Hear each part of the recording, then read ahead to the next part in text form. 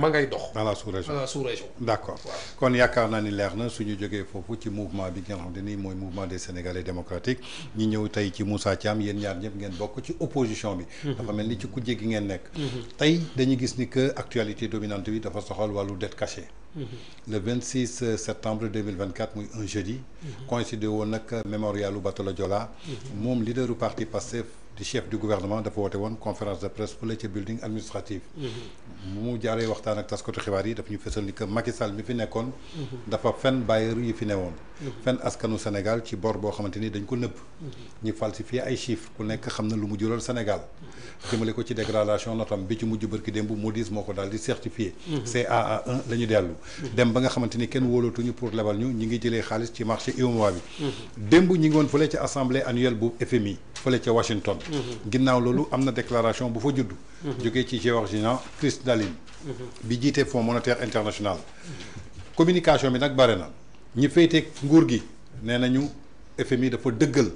li leaderu parti Pastef waxoon ñi féetewul ak nguur gi nee nañu FMI dafa ne dafa am ay déclaration erronée tey ban lecture ngeen am ci li ñu jëlee fële ci FMI Moussa Thiam. waaw jërëjëf Tange parce que cool yi bare na. depuis 14 mois. FMI sax ak nguuru Sénégal. ñu ngi xoj sénégalais yi ci mbirum dette cachée ku wax bàyyi jox sa morom tey état bi taxaw. ni dette bi dañ ko caché ëllëg bu ñu joxee kàddu FMI ñu taxaw ñu ne nu ay chiffres erronés la. ba démb seen assemblée bi générale annuelle bi. ci la kàddu googu génne ñu doog a am di dëggal naan dette cachée am na. donte ñoom dañu nuancé. mais en tout cas dëggal na ni dette cachée am na. mu doon lo FMI dafa dëggal ni dette cachée am na. waaw noo dëggal na ko. dëggal na ko. parce que ñaar la wax man déglu naa Kristina. waaw Géorgia. en espace de 40 secondes. dafa wax ñaari baat. dafa indi fële insinuation. maanaam ci fausse déclaration. ñëw ci dette cachée bi ngeen waxoon. lépp suñ ko résumé. mi ngi sukkandiku ci fausse déclaration. waaw mais déggooguma ñi ne confirmé nañu. dette cachée mais loolu c'est-à-dire. supporting lañ la wax. waaw supporting lañ wax. est-ce que nga c'est-à-dire loolu techniquement. ñëpp démontré nañu adduna bi ni. dette kenn mënu koo caché. kenn mënu ko caché kon donc dette cachée. non loolu moom amul mais ñoom seen kàddu la wax ñoom FMI. voilà c'est-à-dire dama ko wax ni ñoom. xam naa ni ñii topp na leen ba sëseen ci miiru comme ni nga koy waxee. comme depuis 14 mois ñoom lii rek lañu bëggoon dégg. loo xam ni dana leen xaw a jox raison. te du raison. xam naa ni si li ma yaakaar ne comme ñoom bon c'est les institutions financières. yoo xam ni. seen intérêt rek la ñuy défendre ku fi nekk gars yi dal lay jéem a ragal sa ndigg man noonu laa ko jàppee mais FMI warul mën a faible devant le Sénégal ba di wax loo xam ni amul parce que ñoom ñi nga xam ne depuis des années et des années li ñuy wax ni diggante 2019 la ak 2023 te chaque 6 mois ñoom dañ doon ñëw déglu état bu Sénégal ñu defal leen seen compte rendu par rapport ak bor yi nga xam ne dugg na fi. suñu paree jël seen bagage dem. mosuñoo taxaw naan am na dette cachée bu fi am. mais kon ñoom tey ñoom ku ñu yàpp ba ñëw taxaw di jéem a dëggal li nga xam ne ñii ñu ngi koy wax ba nu ñëwee ba léegi. mais est-ce que dëggal nañ ko. c'est-à-dire que loolu laa bëgg a comprendre est-ce que dëggal nañ ko. est-ce que dégg ngeen communication. merci Mame Thierno am na benn affiche bi ma la yónnee muy résumé bi nga xamante ni TV5 def nañ ko. nañu dem décortiquer ji loolu parce que pour ñu ñuy seetaan mën a leer Mame Thierno su paree nga yónnee ma ko. mooy li nga xamante ni TV5 Monde moom moo ko génnee démb ginnaaw bi ñu rencontré la délégation sénégalaise foofu ca Washington et nous allons envoyer une équipe à la fin des réunions annuelles mi ngi nii. j'ai rencontré la délégation sénégalaise ici non soo ko defee ni duñ ko lire da nga koy wàccee voilà j'ai rencontré la délégation sénégalaise ici et nous allons envoyer une équipe dès la fin des réunions annuelles qui s'étendent jusqu'à samedi. kon ba suba réunion annuelle baa ngi am. a assuré Madame Géorgia Christina lors d'une conférence de presse. Dakar est confronté à une situation économique préoccupante avec un déficit budgétaire de 14% et un encours de la dette publique représentant 119% du PIB taxawal fii pour ñu décortiquer ko tey su ñu nee dette publique bi représentant 119,%, ça veut dire que dettu état bu bees bi mi ngi ci biir. mu ngi ci biir effectivement parce que bi Macky di dem 74% la ko bàyyi. bi rapport au Cour des comptes bi génnee yóbbu ko 99%. ñu jàpp ni que dette parapublique bi lañ ci yokk ba mu egg si foofu. donc 99% su ñu demee ba egg 119%, kon actuel régime bi ci 18% yokk nañ ci 20%. kon loolu foog mu leer du PIB. ñu ne la les autorités au pouvoir depuis 2024, c'est Bassirou Diomaye Faye et le régime de Pastef accusent le précédent gouvernement du président Macky Sall.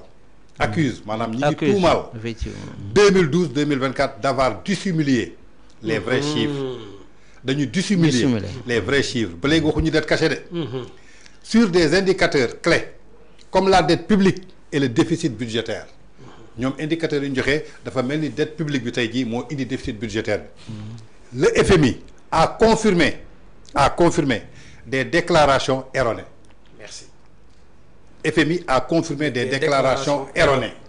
Donc il n'a pas dit que la FMI a confirmé une dette cachée. Significative des déficits budgétaires et de la dette publique sur la période 2019-2024. tey su ñu ñëwee ci déclaration erronée maanaam mooy ay déclaration yoo xamante ni da nga ci juum nit ku dul juum amul tey war nga mën a bind fii lii nga bind fëlale loolu mooy déclaration erronée mais Tange ci loolu da ngay wax ni ci rapport budgétaire bi ñuy joxe waaw positionnement wu dette yi ñoom yi ñu def parce que bu nit ñi fàtte leen te sénégalais yi ñi ngi nelaw ci benn affaire en fin 2023 muy dernier trimestre budgétaire bu 2023 dafa am rapport budgétaire comme ni ko Macky Sall bindee ak ni ko gars yi waxee pour ñu mën a décortiquer loolu dafa am Cour suprême dafa am droit de regard ak d'examination ci biir dette bi Sénégal di leb d'accord kon dette cachée mënu am léegi seen problème mooy ci rapport budgétaire yi dañuy mal placer la positionnement des dettes léegi nag ci biir loolu mooy erreur bi léegi déclaration erronée boobu laa bëgg ngeen di maam Thierno indiwaatal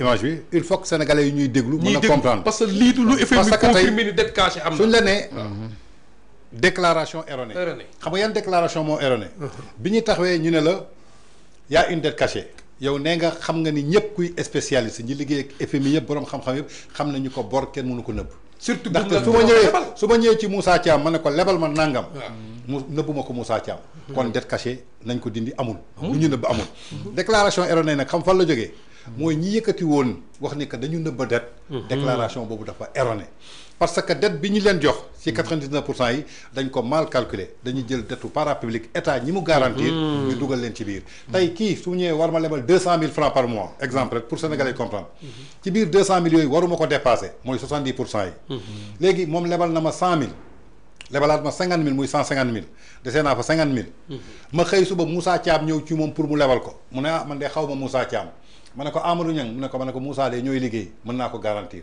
Moussa leb ko 100 000 est-ce que dafa tax man ma yoral Amadou Niang Thiam 250 000 100 000 yi yow yaa koy fay moom lañ ci dugaloon muy 99 ñu ne la depuis les décaissements du fonds ont été suspendus bañ ko waxee ba tey dañ décaissement fonds yi dañ ko suspendre en attendant d'obtenir des réponses et des engagements de la part des nouvelles autorités qui sont ces nouvelles autorités c'est le président Bassirou Diomaye Faye et le premier ministre afin que cette dissimulation d'indicateurs allégués ne se reproduise pas à l'avenir kon ñoom ba léegi jotooguñu ay indication ni ay preuves jëlee ko ci ñoom wàcceel maam Thierno yéegal ñu continuer voilà finance sous surveillance. Je veux rendre hommage aux autorités sénégalaises pour avoir mis à jour cet immense problème, à insister, yaa ngi dégg Christina Georgia, cela a été caché et ils l'ont rendu public, tentant de comprendre ce qui s'est passé, de l'ampleur du problème. Cela a pris du temps, mais nous y voyons désormais plus clair. Jusqu'à présent, il n'y a pas eu de confirmation de dette cachée. La FMI, cela a été caché. Voilà, FMI. C'est-à-dire, elle parle de la dette. Voilà. Elle parle de la dette. Voilà, il n'y a pas de la dette. C'est-à-dire, non, elle parle de la dette. Voilà. Quand elle dit que cela a été caché. Voilà, cela a été caché. Wow. Et Elle ils parle l'ont de la rendu dette. public. Waaw léegi li ñuy rendre public moom. mooy déclaration erronée yi. mais fii maanaam les 99%. mais fii Tange. c'est extraordinaire. parce que ku xam FMI. tey Georgia. su fekkee lii mu confirmé am na. pour lan lay def FMI. c'est ça. c'est ce qui est grave. dafa war a démissionner. Effectivement. mais gis nga ba léegi c'est du bluff. voilà. non parce man que non attends lu tax ma lay wax ba léegi c'est du bluff. ba keroog mbufta di wol mënunoo wax ba année 2025 FMI jox leen fukki dërëm. Ils ont mal positionné le rapport, la positionnement des dettes sur le rapport budgétaire. beneen bi mooy tey nan dellusiwaat ci sunu réew mii. moment bi ñuy wax ni loolu dafa am ñaari nit ñu ne ci seen gouvernement. kenn ki moo jiite woon banque bi. muy Al-Amin Lo ki ci des moo doon nekkoon exécution budgétaire. muy Cheikh Diba. est-ce que ñoom benn sénégalais mas na leen dégg ñu confirmer ni bel et bien la dette. non musul am te du mas a am parce que xam nga la moo tax du mas a am. mooy ñoom ñooy taxaw tey ci benn affaire. lii ñuy def nii lañ bëgg.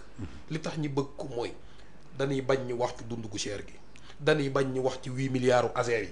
dañuy bañ ñu wax ci Mansour Faye ak consoram ak ñoom Farba Ngom yi ñu jàpp. dañuy divertir parce que bu ñu demee ba ñuy wax naa dañuy yóbbu jël Macky Sall.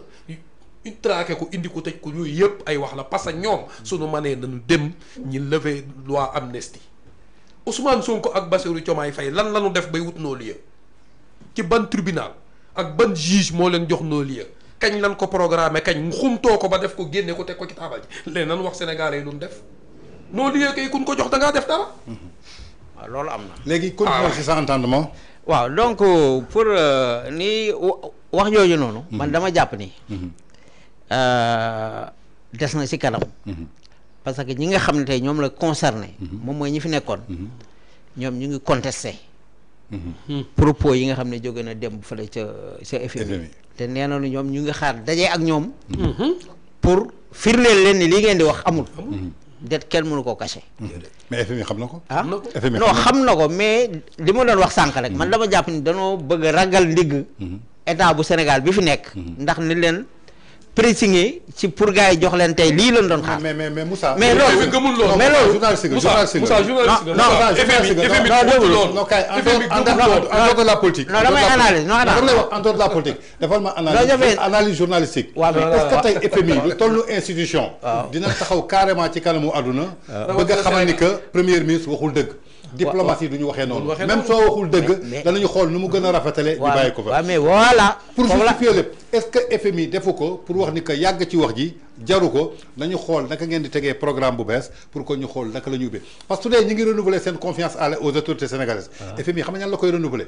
l'ancien régime. FMI n'a jamais travaillé avec ces gens là. koo musul liggéeyal mënoo xam ndax am nga ci moom confiance wala amoo ci moom confiance. donc ñi mu jotoon liggéeyal confiance bu mu amoon ci ñoom doon liggéey ak ñoom moo koy permettre tey ñiy ubbi beneen programme mu am ci ñoom njort bu rafet pour mu mën a continuer moo tax ma ne est-ce que FMI rafetaluñu déclaration bi juste pour bañ a frustrer ñi bañ a aussi jox dëgg ñale alors que ñu bàyyi lépp ci digg bi pour que ñu ubbi chapitre bu bees. question la rek mais effectivement non li nga wax dama koy dëggal noonu la gars yi def. c'est-à-dire bu may wax ragal ndigg. c'est-à-dire waxuma à 100%. en tout cas def nañ de telle sorte que. joxe ils ont utilisé le mot dissimulation. voilà ils ont dissimulé la tête. voilà waxuñu carrément c'est une tête cachée.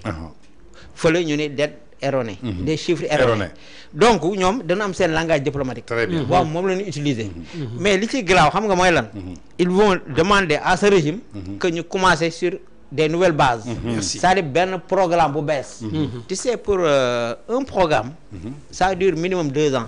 c'est-à-dire ñii bu ñu dee xaar ay weccel ci FMI. c'est-à-dire non duñ si gaaw a jot. du 2027 du 2027 non peut-être ay 2027. du 2027 sax dinañ leen calmer nag jox leen benn. aspirine ñu calmer leen. calmer la leen jox nii quoi.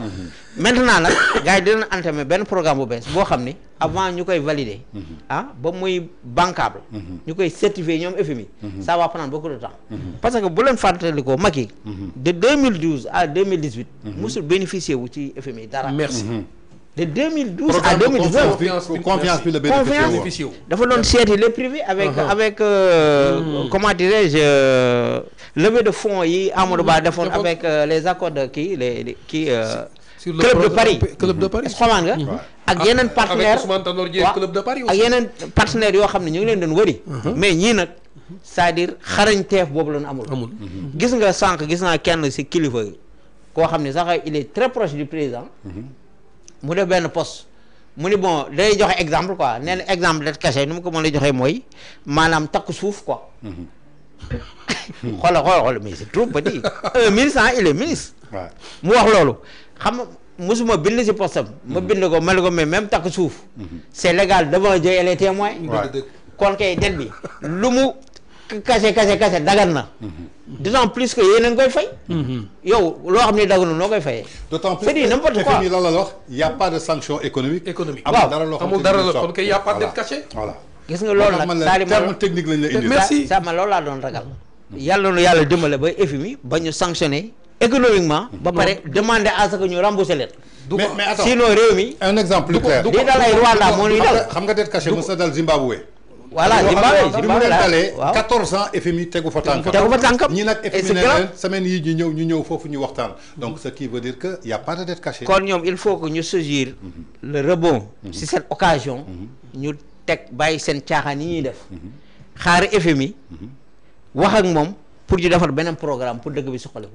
def naa ni le débat est clos. par rapport à cette affaire. man daal bon. dama sant yàlla par rapport à ça parce que maa ngi doon wax ne FMI am na lu muy sonnee. dina wax gars yi maintenant vous confirmez cette dette cachée. nous aussi gisul na ko mais dañ koy dëggal. léegi xam ngeen nu ngeen di def. avant ñu dugg si beneen programme fay leen suñu xaalis ba pare. te boobaa Sénégal fu mu jëm. boobaa population nii sonal. si lan lay jëmaat. si ay financement endogène. ni ñuy def ni actuellement. commencé na sur les grandes surfaces.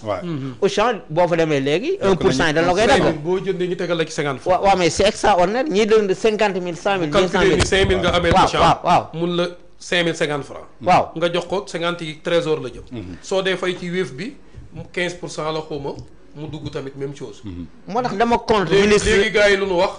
gars yi sénégalais yi ñu ngi yeewu ñu ni boo yoree 5000 da nga naan 2000 laa yor espèce. léegi mu nekk beneen problème bu nar a am ci encaissement wu Auchan. léegi espèce day ñëwaat te gars yi commencé nañu adapté système monétaire bi merci espèce day ñëwaat. moo tax ministre de l'économie et de finance ba mu demee assemblée naan boo yónnee sa yaay 10 000 wala nga mën a may état 50 francs mais yow ñaata yoon nga yónnee sa yaay xaalis. donc yow saa yónnee rek mën nga may état donc 10 000 francs par jour. mais loolu sénégalais bu ñu ko defee ñaata milliards la. c'est-à-dire ñu ngi arnaqué sénégalais yi. mais Tange toujours ci. non mais dette cachée bi. comme li ma doon wax rek. c'est-à-dire il faut communication yi ci sénégalais yi. ñu koy wax muy leer. parce que sénégalais pour man déggun tubaab wolof lañ dégg. te wolof yi dafa war di xóot di dem gis nga mon cher frère Moussa. amul ci yàlla sàkk ku mën a dribbler FMI. ñoo lay jox seen 100 francs ñoo lay